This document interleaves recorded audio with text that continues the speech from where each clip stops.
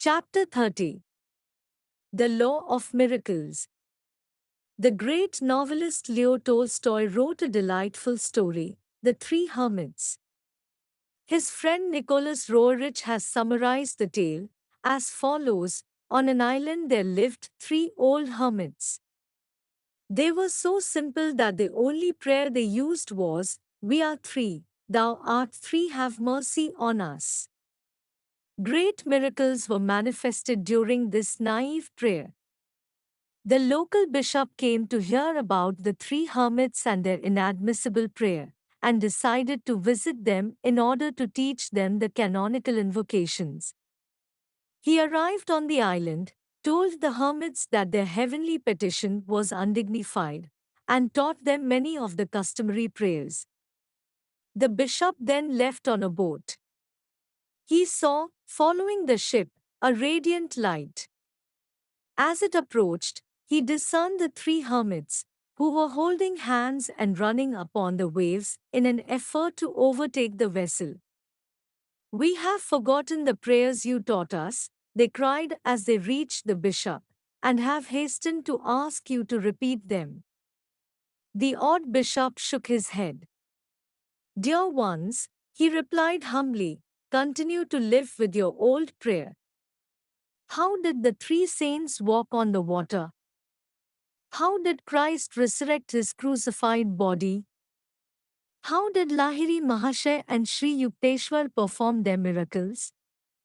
Modern science has, as yet, no answer, though with the advent of the atomic bomb and the wonders of radar, the scope of the world mind has been abruptly enlarged. The word impossible is becoming less prominent in the scientific vocabulary.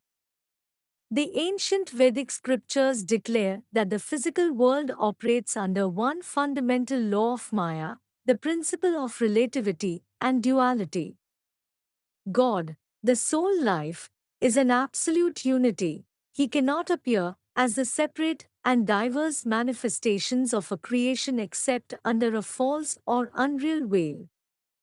That cosmic illusion is Maya. Every great scientific discovery of modern times has served as a confirmation of this simple pronouncement of the rishis. Newton's law of motion is a law of Maya. To every action there is always an equal and contrary reaction. The mutual actions of any two bodies are always equal and oppositely directed. Action and reaction are thus exactly equal. To have a single force is impossible. There must be, and always is, a pair of forces equal and opposite. Fundamental natural activities all betray their make origin. Electricity, for example, is a phenomenon of repulsion and attraction. Its electrons and protons are electrical opposites. Another example, the atom or final particle of matter is, like the earth itself, a magnet with positive and negative poles.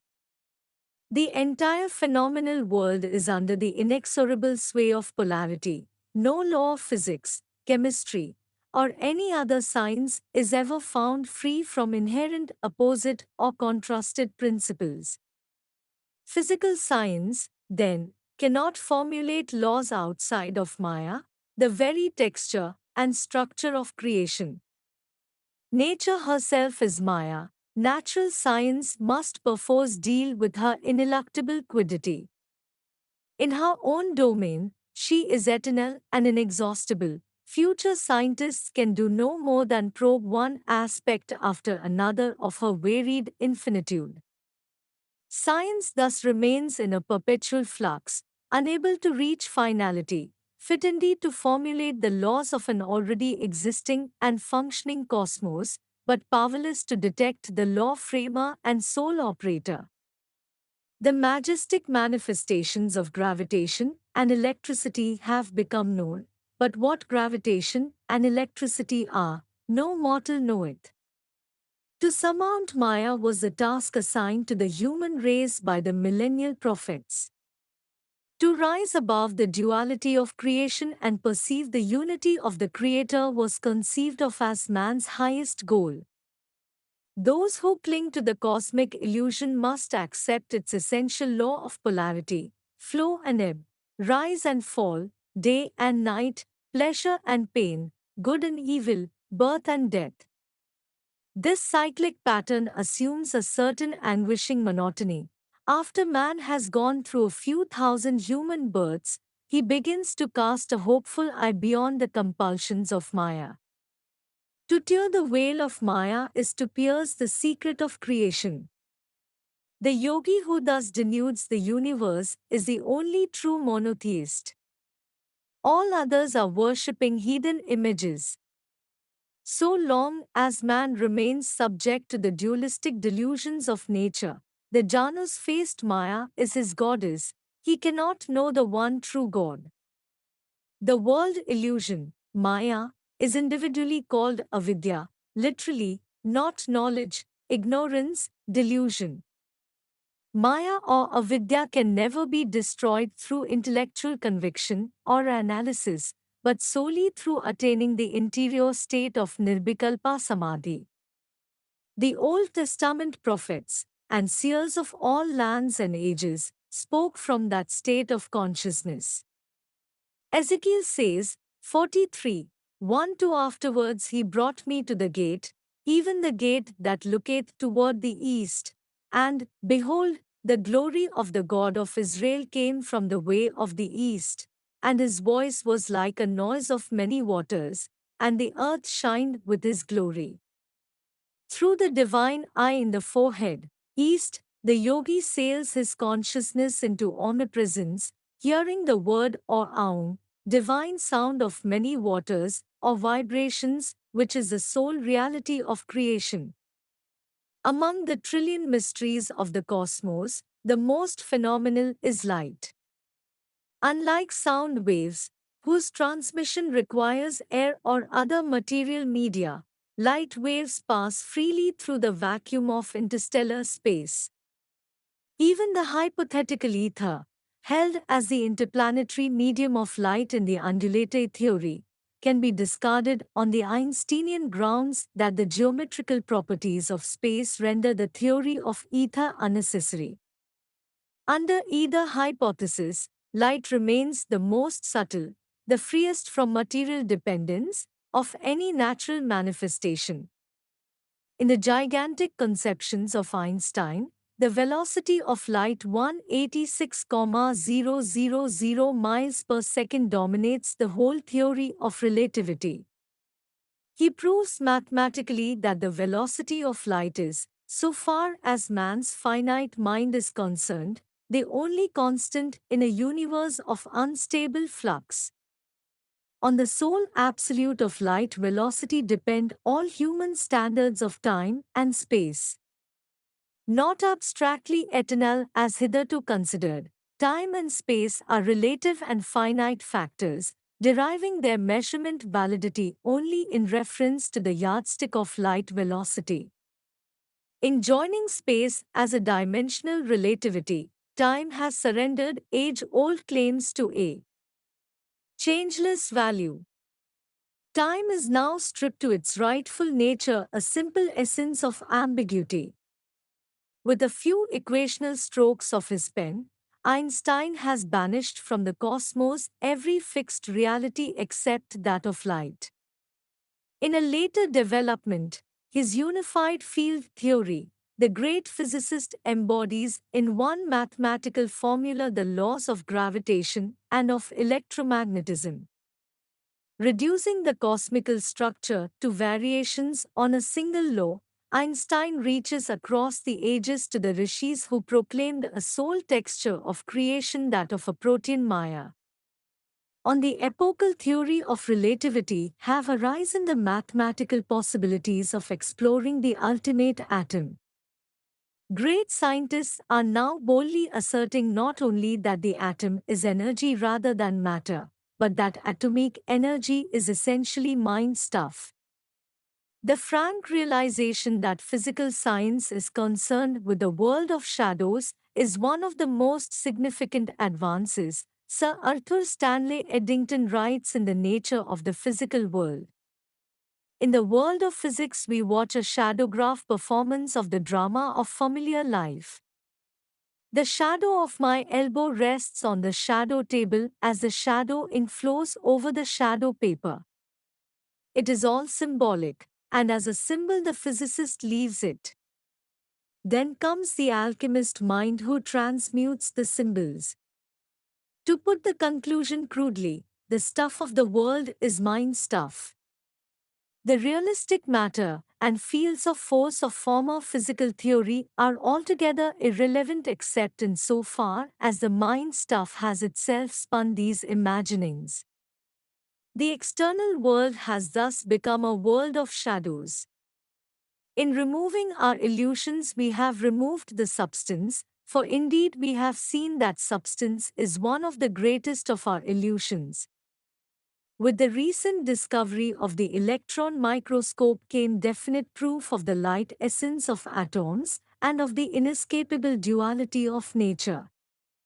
The New York Times gave the following report of a 1937 demonstration of the electron microscope before a meeting of the American Association for the Advancement of Science. The crystalline structure of tungsten, hitherto known only indirectly by means of X-rays, stood outlined boldly on a fluorescent screen, showing 9 atoms in their correct positions in the space lattice, a cube, with 1 atom in each corner and 1 in the center.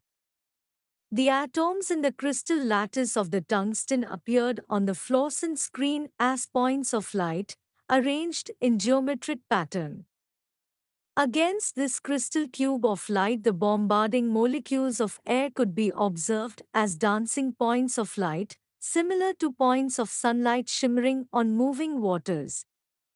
The principle of the electron microscope was first discovered in 1927 by Drs. Clinton J. Davison and Lester H. Germer of the Bell Telephone Laboratories, New York City, who found that the electron had a dual personality partaking of the characteristic of both a particle and a wave. The wave quality gave the electron the characteristic of light, and a search was begun to devise means for focusing electrons in a manner similar to the focusing of light by means of a lens. For his discovery of the Jekyll-Hyde quality of the electron, which corroborated the prediction made in 1924 by de Broglie, French Nobel Prize-winning physicist, and showed that the entire realm of physical nature had a dual personality, Dr. Davison also received the Nobel Prize in Physics. The stream of knowledge, Sir James Jeans writes in The Mysterious Universe, is heading towards a non-mechanical reality. The universe begins to look more like a great thought than like a great machine. 20th century science is thus sounding like a page from the Hoary Vedas. From science, then, if it must be so, let man learn the philosophic truth that there is no material universe, its warp and woof is Maya, illusion. Its mirages of reality all break down under analysis. As one by one the reassuring props of a physical cosmos crash beneath him, man dimly perceives his idolatrous reliance, his past transgression of the divine command, "Thou shalt have no other gods before me." In his famous equation outlining the equivalence of mass and energy, Einstein proved that the energy in any particle of matter is equal to its mass or weight multiplied by the square of the velocity of light. The release of the atomic energies is brought about through the annihilation of the material particles.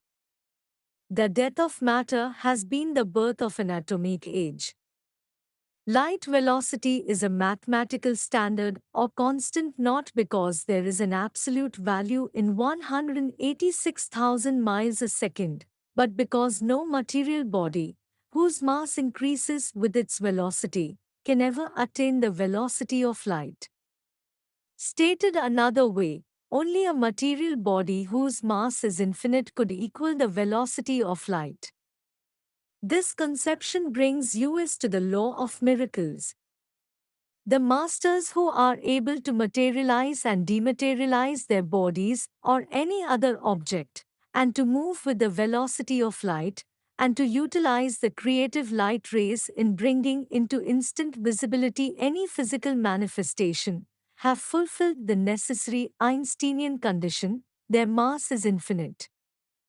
The consciousness of a perfected yogi is effortlessly identified, not with a narrow body, but with the universal structure.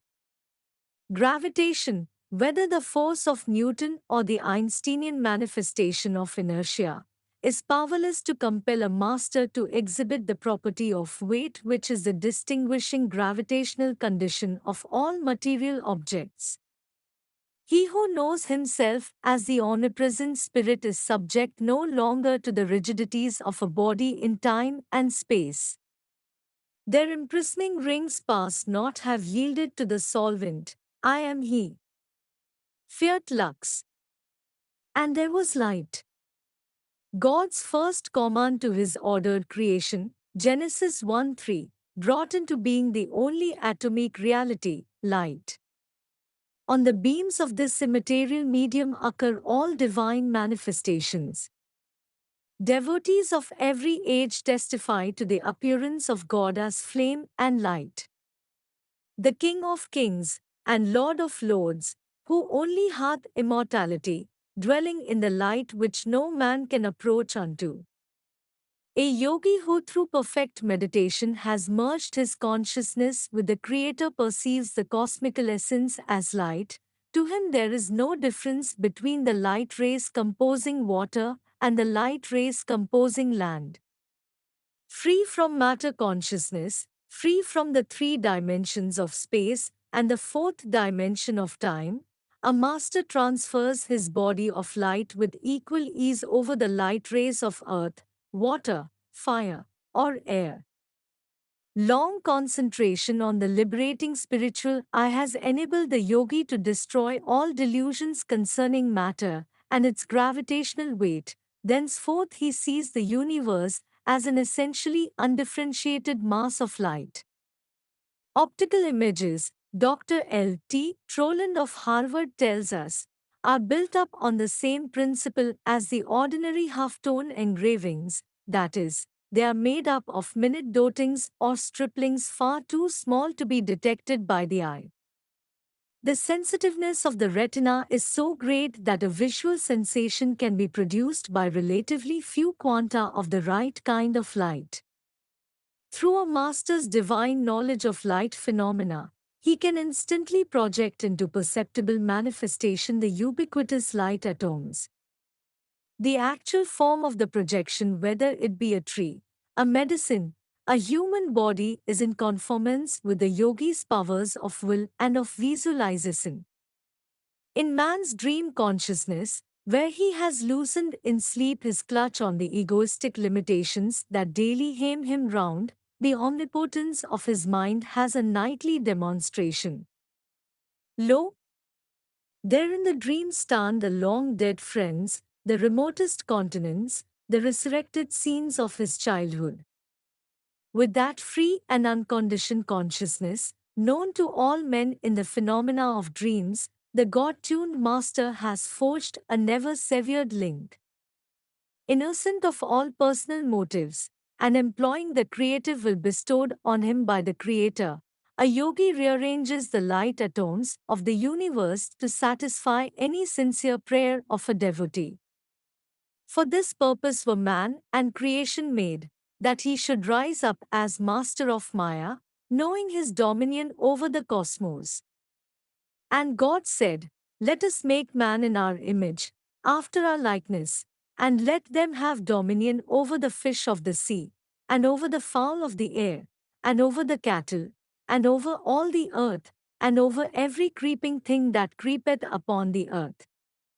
In 1915, shortly after I had entered the Swami order, I witnessed a vision of violent contrasts. In it, the relativity of human consciousness was vividly established. I clearly perceived the unity of the eternal light behind the painful dualities of Maya. The vision descended on me as I Saturday one morning in my little attic room in father's Gurpur Road home.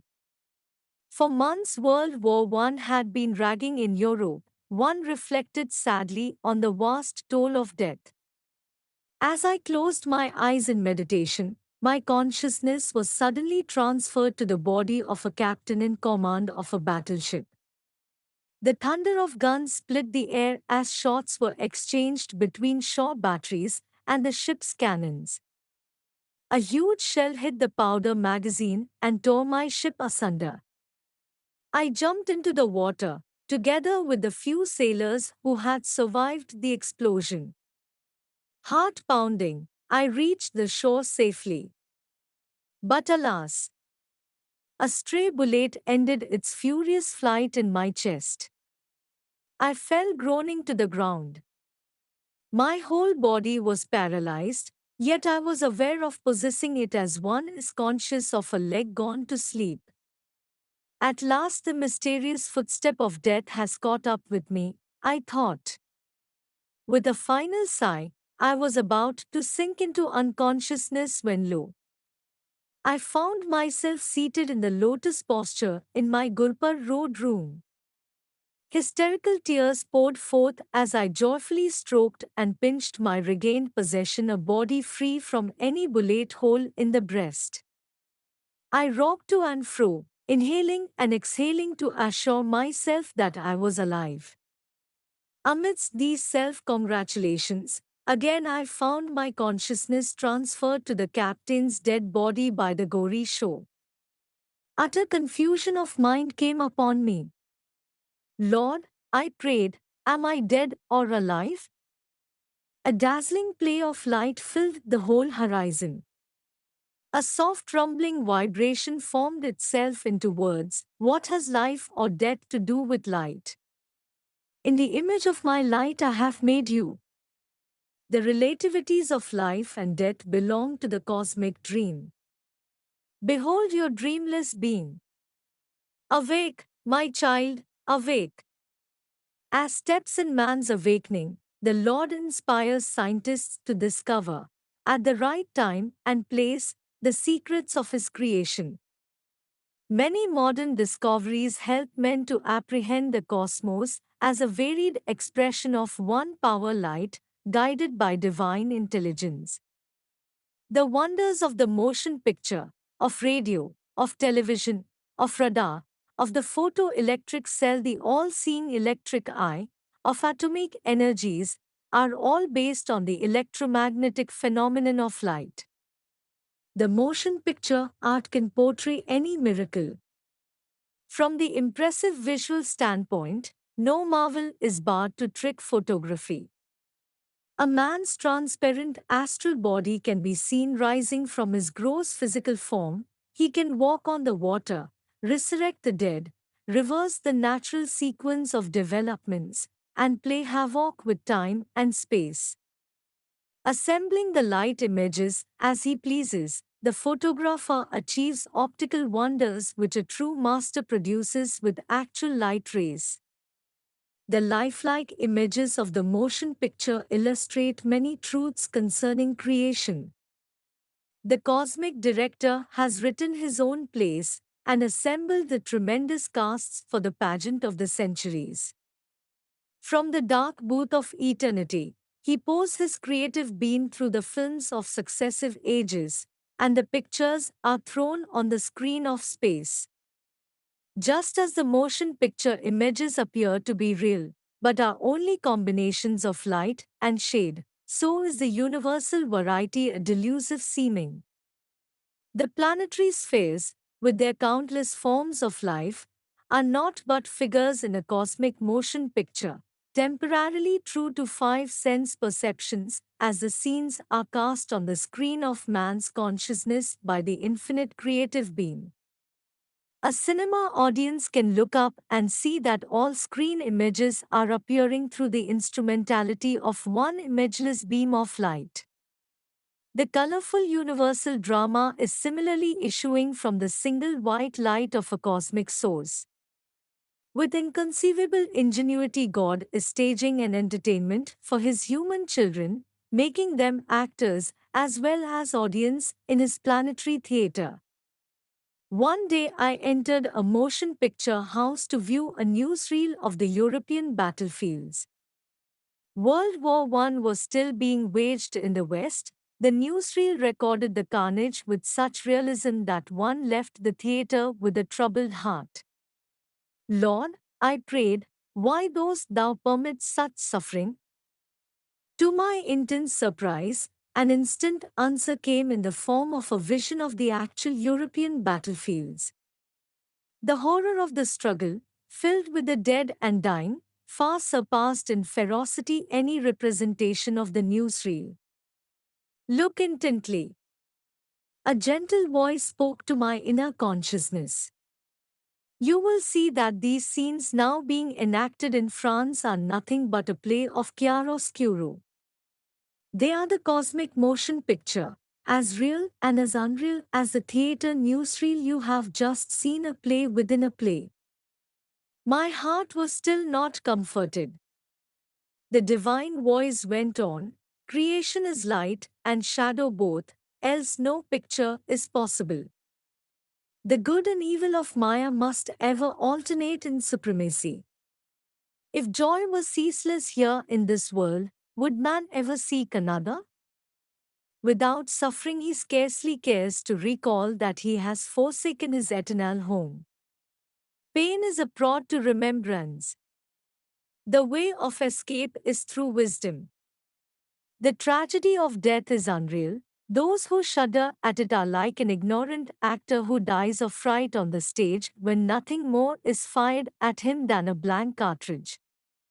My sons are the children of light, they will not sleep forever in delusion. Although I had read scriptural accounts of Maya, they had not given me the deep insight that came with the personal visions and their accompanying words of consolation. One's values are profoundly changed when he is finally convinced that creation is only a vast motion picture, and that not in it, but beyond it, lies his own reality. As I finished writing this chapter, I sat on my bed in the lotus posture. My room was dimly lit by two shaded lamps. Lifting my gaze, I noticed that the ceiling was dotted with small mustard-colored lights, scintillating and quivering with a radium-like luster. Myriads of penciled rays, like sheets of rain, gathered into a transparent shaft and poured silently upon me. At once my physical body lost its grossness and became metamorphosed into astral texture.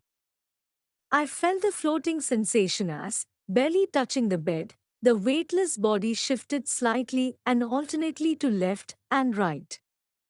I looked around the room. The furniture and walls were as usual, but the little mass of light had so multiplied that the ceiling was invisible. I was wonder-struck. This is the cosmic motion picture mechanism. A voice spoke as though from within the light. Shading its beam on the white screen of your bed sheets, it is producing the picture of your body. Behold, your form is nothing but light.